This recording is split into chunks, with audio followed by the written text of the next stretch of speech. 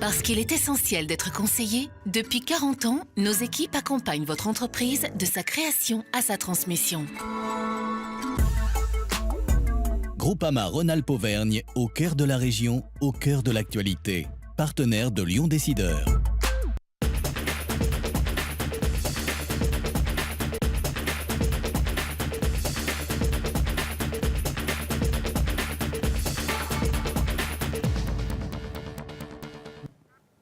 Bonjour et bienvenue dans Lyon Décideur. Une semaine pour un emploi bat son plein dans toute la région. On fait le point sur cette mobilisation de Pôle emploi et des acteurs économiques rhône-alpins avec Pascal Blin, le directeur régional de Pôle emploi, dans un instant. À retenir aussi dans l'actualité, la relance d'une liaison transatlantique en juin prochain, le début des travaux de la Groupama OL Academy, le rachat de SFIP par Fiducial Sécurité, un nouveau président pour le tribunal de commerce de Lyon et puis l'ouverture d'un Ninkasi à la Doua. Bonne nouvelle pour Lyon-Saint-Exupéry. Air Canada relance une liaison transatlantique en juin prochain à Lyon-Montréal qui bénéficiera à plein de la plateforme de correspondance montréalaise vers les principales villes américaines. Précision avec Bertrand Frachon. On met des appareils de nouvelle génération qui sont les 767-300. Il y a 187 sièges à bord en classe économique et 24 sièges en classe affaires. L'aéroport Saint-Exupéry, de nouveau connecté directement au continent américain. Ce n'était plus le cas depuis la fin du vol Lyon-New York en 2009. Aujourd'hui, c'est Air Canada qui annonce une liaison régulière entre Lyon et Montréal, véritable porte d'entrée ensuite sur les États-Unis. Notre avantage effectivement de connecter par Montréal au départ de Lyon, c'est d'avoir des facilités de transfert quand vous arrivez aux États-Unis. Vous n'êtes pas sans savoir que quand vous arrivez dans des aéroports américains, vous devez dédouaner au premier point d'entrée, récupérer vos valises. Le passage par Montréal vous permettra d'éviter tous ces tracages, je dirais, puisque vos valises vous attendront directement à votre destination finale. Et cette nouvelle liaison Lyon-Montréal fonctionnera toute l'année. En été, 5 fréquences semaine, en hiver, 3 fréquences semaine, avec bien sûr l'espoir affiché de très rapidement aller vers un renforcement de ces fréquences. Ce qu'a annoncé effectivement la compagnie Air Canada, c'est à peu près 20 000 passagers sur donc les 6 mois de l'année 2016, puisque la ligne n'ouvrira qu'à compter de l'été 2016. Sécurité, 2 acquisitions de plus pour SFIP Sécurité qui poursuit sa stratégie de développement avec le rachat de FPSG en région parisienne et de SFIP à Lyon-Villeurbanne. L'entreprise présidée par Manan Hatchegzai emploie 230 personnes et réalise 6 600 000 euros de chiffre d'affaires. SFIP travaille pour de nombreux bâtiments administratifs et des centres commerciaux. La branche sécurité de Fiducial emploie près de 5 000 agents répartis dans 22 agences pour un chiffre d'affaires de 200 millions d'euros. L'ensemble du groupe Fiducial pèse quant à lui 1,8 milliard de dollars de chiffre d'affaires, dont 960 millions d'euros en Europe. C'est parti pour les travaux de construction du centre de formation de l'OL à Meyzieux, ou plutôt la Groupama OL Academy. Ce centre de formation bénéficiant du naming de l'assureur mutualiste via l'implication de Francis Thomine, le directeur général de Groupama Rhône-Alpes Auvergne. Explication avec Gauthier Berthélémy. Nouvelle étape pour les chantiers de l'OL. Alors que le grand stade avance à grands pas, c'était aujourd'hui la pose de la première pierre de la Groupama OL Academy à Meyzieux. Sur ce terrain encore vierge se dressera une structure regroupant centre de formation, hébergement et 5 terrains sur une surface de 68 000 m².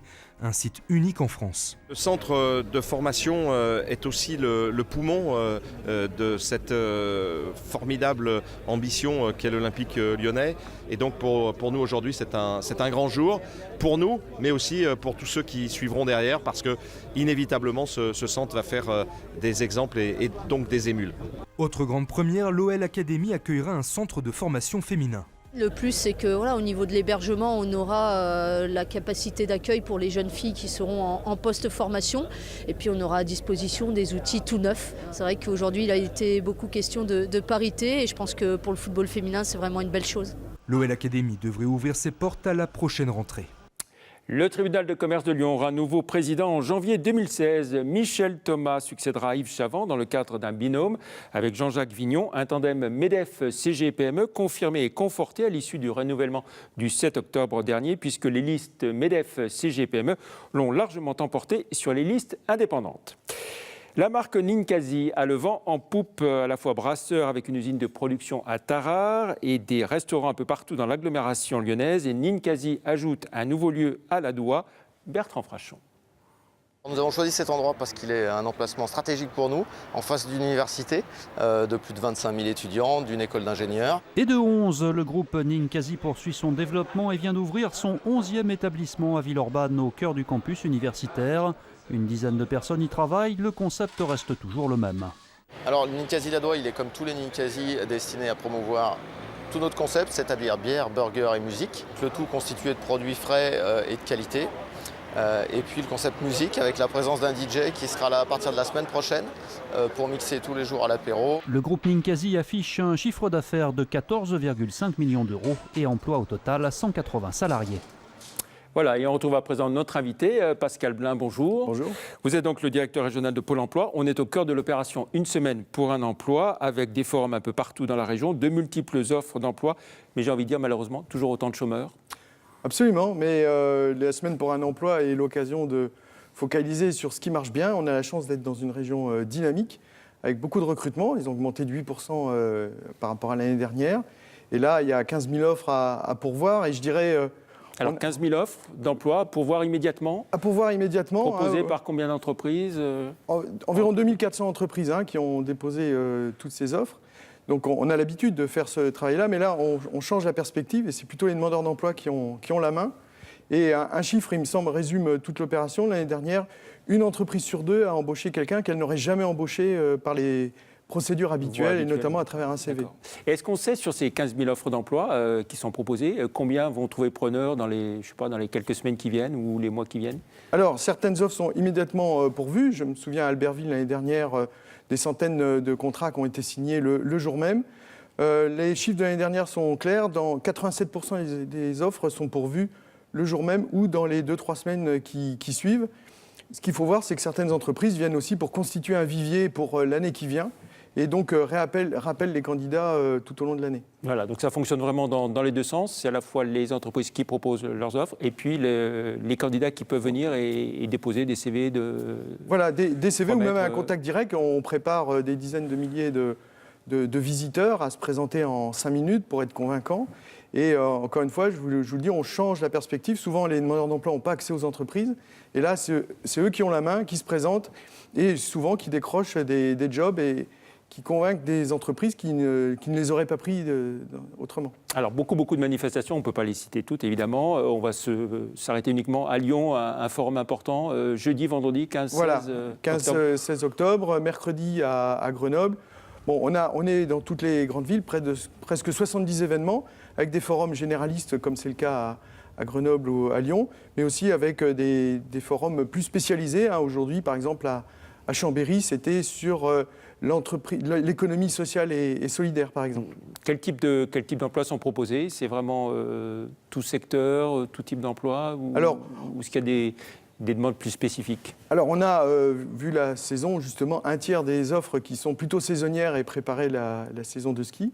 Et pour le reste, on a toute la gamme. Ça va du poste peu spécialisé jusqu'au poste de cadre hyper pointu. On fait des choses, par exemple, avec les docteurs.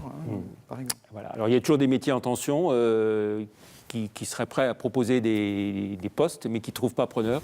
Et on n'arrive toujours pas à résoudre ce problème. Oui, il y a des offres qui ne trouvent pas preneur. On en a 12 000, par exemple, l'année dernière, qui ont été déposées chez Pôle emploi et qu'on n'a pas réussi à pourvoir. 4/5 à peu près à cause des conditions offertes qui n'ont pas rencontré leur public, on va dire ça. Et là, c'est quoi? C'est un problème de formation, clairement Alors, il y a un problème de compétences dans 20% des cas à peu près. Donc, on a, avec le conseil régional, on mobilise beaucoup de fonds pour régler ce problème. On va former 41 000 demandeurs d'emploi cette année encore.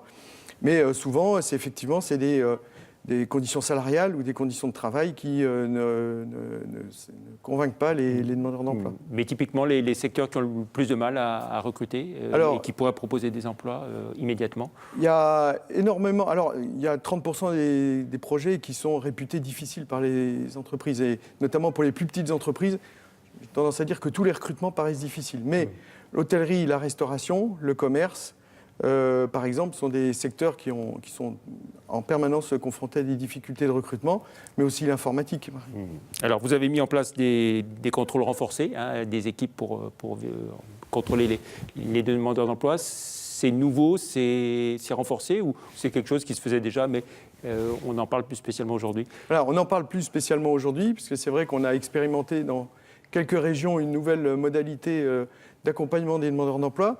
Par exemple, donc, tous les mois, par exemple, on radie 250 demandeurs d'emploi pour insuffisance de recherche d'emploi ou refus d'offres ou refus de formation. Donc c'est quelque chose qu'on fait continuellement. En revanche, là, on met en place une nouvelle dispositif pour nous adresser spécifiquement aux demandeurs d'emploi qui ont baissé les bras. Souvent parce qu'ils sont isolés, loin, pas de moyens de mobilité, une formation inadaptée.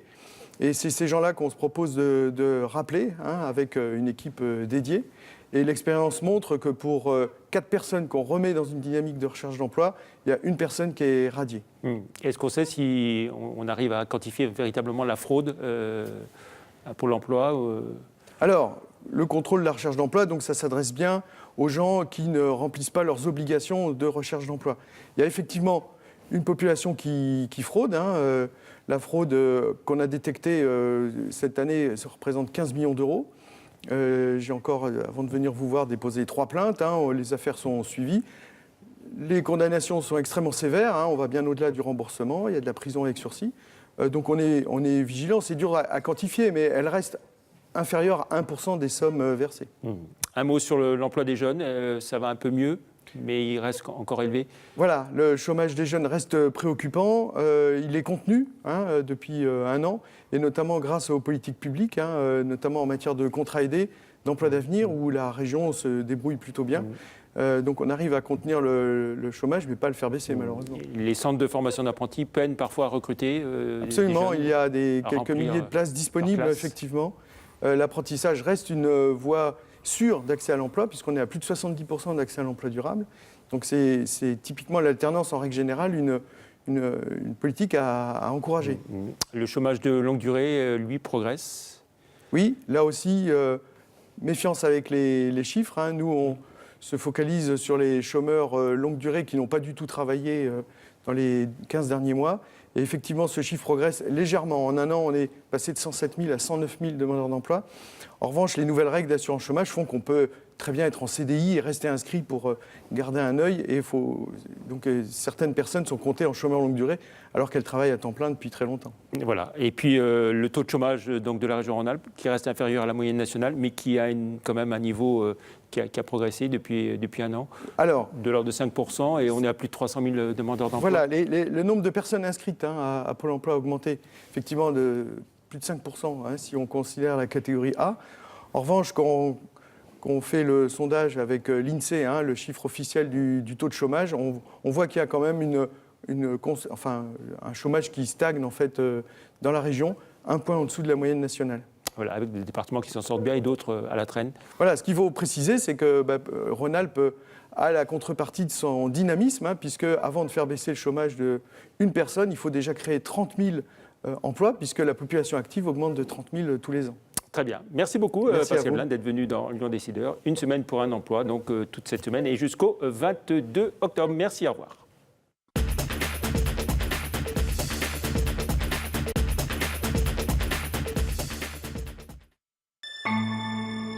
Parce qu'il est essentiel d'être conseillé, depuis 40 ans, nos équipes accompagnent votre entreprise de sa création à sa transmission. Groupama Rhône-Alpes Auvergne, au cœur de la région, au cœur de l'actualité. Partenaire de Lyon Décideur.